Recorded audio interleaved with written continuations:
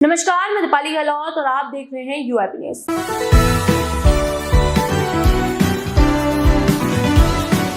लोकसभा चुनावों के बीच में बीजेपी और कांग्रेस के बीच में एक नई जंग छिड़ गई है। हुबेली की घटना पर बीजेपी नेता और पार्टी के राष्ट्रीय प्रवक्ता शहजाद पूनेवाला का बड़ा बयान आया है। पहले हम आपको वो सुनाते हैं।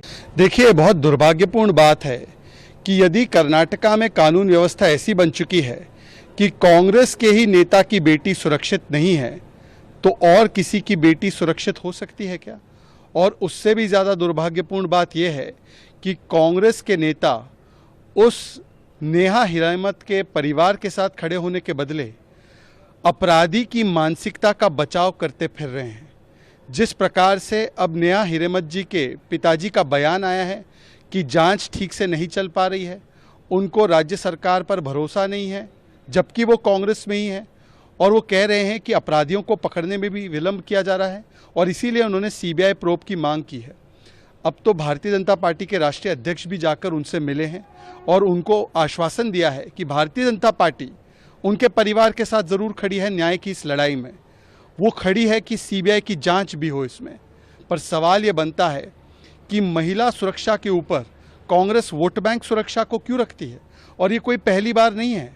जब रामेश्वरम कैफ़े में ब्लास्ट होता है तो वोट बैंक सुरक्षा की चिंता कांग्रेस को त्रस्त करती है, जनता की सुरक्षा नहीं। जब रामनवमी के अवसर पर कुछ लोगों को राम राम जय श्री राम बोलने के लिए पीटा जाता है तो कांग्रेस वोट बैंक के साथ खड़ी हो जाती है। जब पाकिस्तान जिंदाबाद के नारे लगाए जाते हैं, कांग्रेस वोट बैंक के साथ खड़ी हो जाती है।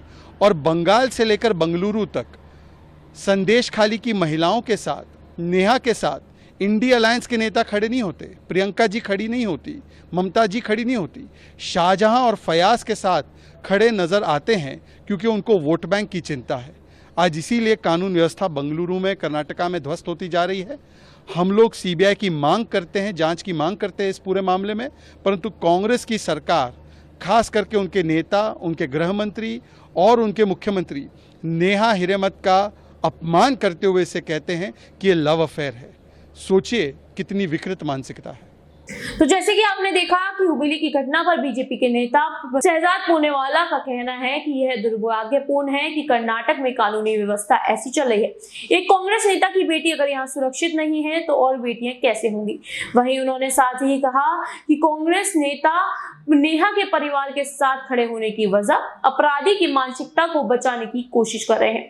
वहीं उन्होंने साथ ही नेहा के पिता को बयानों को लेकर भी कहा कि आखिरकार नेहा के पिता ने बयान दिया है कि जांच पर उन्हें भरोसा नहीं है, जांच अच्छी नहीं चल रही और ना ही उन्हें सरकार पर भरोसा है।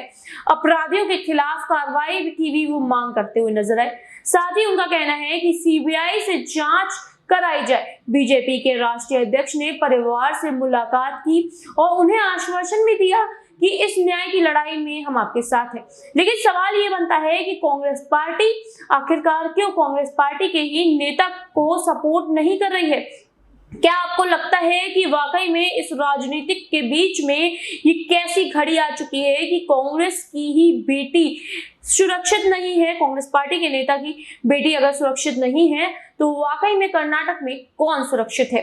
ये सवाल बनता है कि कर्नाटक की सरकार आखिरकार क्यों इतनी लापरवाह हो गई है। आपको जो लगता है कमेंट सेक्शन में जरूर बताएं। ऐसी तमाम अपडेट्स के लिए देखते रहिए यूआईपी न्यूज। धन्यवाद।